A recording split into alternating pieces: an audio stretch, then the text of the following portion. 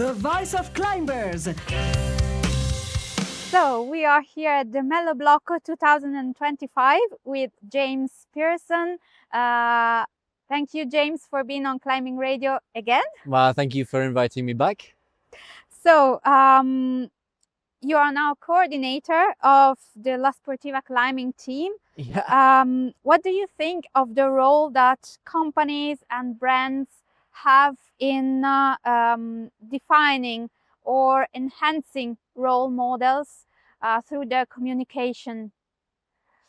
Is that an important, significant role they have? Yeah, I think it's an incredibly significant role that brands can play in that. I wouldn't go as far as to say that the brands should define the direction or the experience that climbers have, but the reality is that the brands often make it possible for climbers to do this and to live this job as a professional, which means to do it full time without any serious focus elsewhere. And it's those people that will ultimately define the direction that climbing moves in, or at least have more of a chance, simply because they're the ones climbing the most, they're the ones that are getting the most media. And so even though the brands themselves are not directly responsible, they are enabling that change in direction and evolution of climbing. So it's a very important role that they do their best, or at least conscious of the possibility of the variety of change that can happen.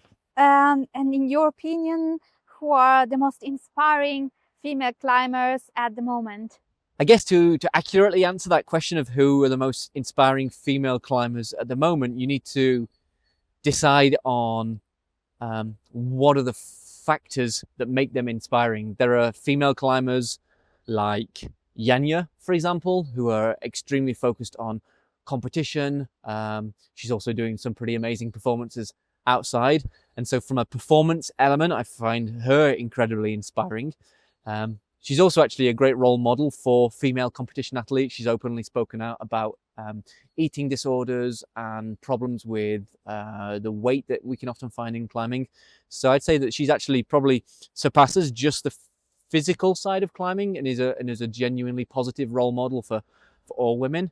Then you have other climbers like Babsi Zangul, who are pushing things in a kind of an adventure aspect, doing amazing things on El Cap or in the greater ranges, like her ascent of Eternal Flame a couple of years ago.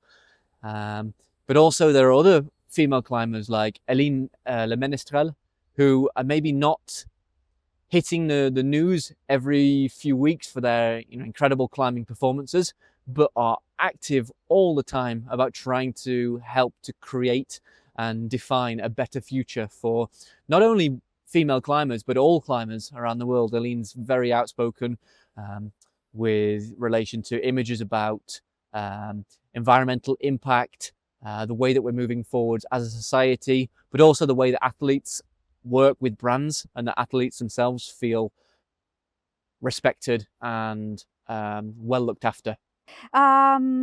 Okay, the world of climbing is changing, evolving, and we see more and more female climbers and female athletes pushing the limits. We've seen it with Brooke Rabutu recently. In your opinion, what has still to be done to make the world of climbing more inclusive for women and all the people in general? Yeah, that's a great question. So even though we've come a long way in the last few years to make climbing feel like a much more inclusive sport and a safer place for women to truly express themselves, we've still really got a lot to do.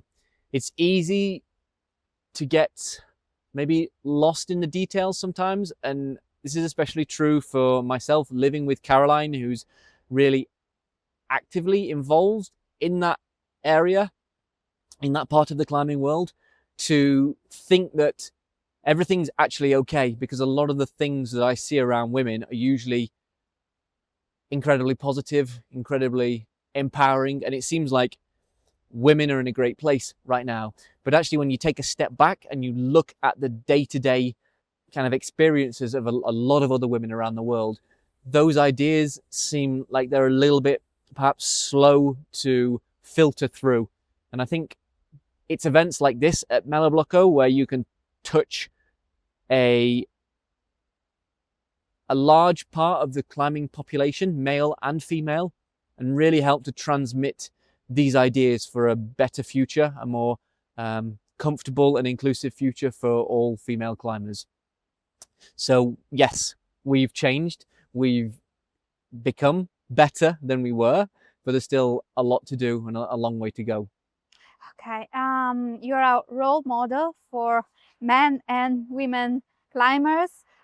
Which are the values and the ideas you would like to convey with your climbing and your activity? I'm not sure if I'm a role model for for women climbers.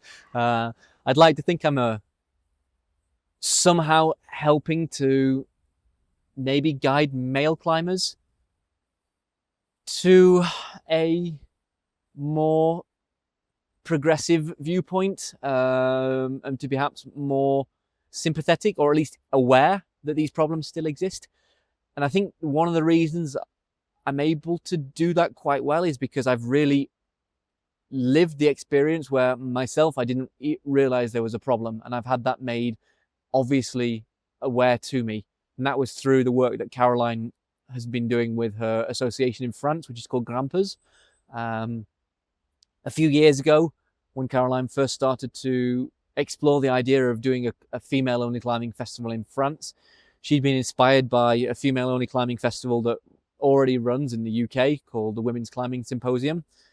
And we had lots of complicated discussions, let's say, about the relevance of an idea like that. And I think I probably took the stance that a lot of guys find themselves in right now, is we see these examples of really strong, really powerful women like Yanya and Babsi and Aline, and we think that all women are like that we've already got to a really good place for women, and it's just not true. And the idea that Caroline first had with Grimpers was to make an 100% exclusive feminine event, and I thought that was almost going backwards in terms of the ideas of inclusivity that we should be focusing on in 2020. When was the first one? Maybe the early 2020s or 2018, something like that. But it was only through experiencing those early Grimpers events, being in a really unique, and now I consider it to be a really lucky situation, where I was, for the first time perhaps ever in my life, in the minority, where there were perhaps 50 women climbing in this small area in the south of France, and I was the only guy there. And for the first time to feel what it must feel like on a very regular frequency for women to be the only female athlete in a group of men. And that was quite unique. And then to see also the way that the women can grow and kind of empower themselves through this collective feminine force. And then to see that almost flip on its head in the evening when all of the partners, husbands, boyfriends came back into the mix, and to see these women who I'd watched in the day become kind of masters of their own activity, and then suddenly again, and I'm generalizing here, but a lot of them taking the second place behind their partner and kind of reverting to a way of existing that's been forced into them over through their whole life, and realistically through centuries of kind of human existence. And little by little over the years, we've allowed more and more men to experience what it is to be at a Grimpers event. And one day I'd love for it to be genuinely 50-50, to be inclusive for anybody that wants to come. We just haven't quite yet found a way to make it happen. But you need these incredibly progressive elements of a movement to allow true change in a universal direction. And I think, if anything, working a little bit with Caroline and some of the other girls who have been involved in Grimpers and other female climbing projects, I've learned that it's okay to have positive discrimination in climbing, even though that technically goes away from this idea of perfect equality. You need that in the first place to really allow, hopefully one day, true equality. So I think one of the jobs I try and do is to try and explain that to other guys. And yeah, I think that's a pretty meaningful thing to it's be able a to do. very interesting point of view and different, surely. It's really hard because unexpected. It's only through being in a minority at these events that I've kind of begun to understand these things. And I don't know another way of really transmitting that apart from telling other men to put themselves in a minority situation, which is easier said than done as a male athlete, because, you know, the majority of participants, technically not. Technically, when you look at the inscriptions into the local or national governing bodies, especially in France, the inscription rate is almost 50-50 between males and females in terms of how many people take their license and insurance as climbers. But actually, the amount of people who practice climbing on a regular basis, outside especially, this is predominantly male. And that's really interesting. There are a lot of people who would consider themselves to be climbers, but there are way less women who actually take the time to be a climber. Last question. Caroline told us that she would like to try Joy Division sometime in the future, if that's possible. That's a route that you have free climbed some time ago. What do you think about that? Would you be happy to belay her this time, to exchange the roles? So that's really funny, because it's actually the first time that I heard about that project. Maybe it's just because it's the first time it's come into her head, you know, being here in Val di Mello and feeling inspired by all the surroundings. We actually shared 1 or 2 sessions on that route back in the day. The day I sent it, I was actually belayed by another friend because Carol was competing. And at that time, it was still when she was fully focused on competition climbing. But it was definitely a really interesting experience to be up on that wall together. And I imagine, even though for her at the time it must have been a really difficult experience to live through, something completely different to everything that she'd really done in the past in terms of climbing. I remember a time when she was actually, she was crying in the middle of a pitch because she was so either scared or frustrated. I don't remember which one it was. But I remember thinking, wow, this is cool that she's pushing herself so far out of her comfort zone to try and help me on this project. And so the very least I could do is to try and support her. So I'd be totally honored if she wanted to do that and wanted me to be there. Maybe she would actually like to do that with another girl and have a completely different experience on it.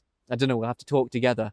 The problem with us right now is that climbing a multi-pitch as a couple is a bit complicated with our kids. So logistically, she probably would end up climbing it with somebody else, which could be an equally or perhaps even more empowering achievement. But whether it's with me or somebody else, I think if she decides that she wants to do it, then she can 100% do it, because she's got such a strong will. She just needs to decide something, and then that's basically it done. Great. So thank you very much, James, for being with us on Climbing Radio, for this interview, for sharing all your Thank you for asking such interesting questions. So see you next time at the next interview. Thank you. Ciao. Bye. Thank you. The voice of climbers.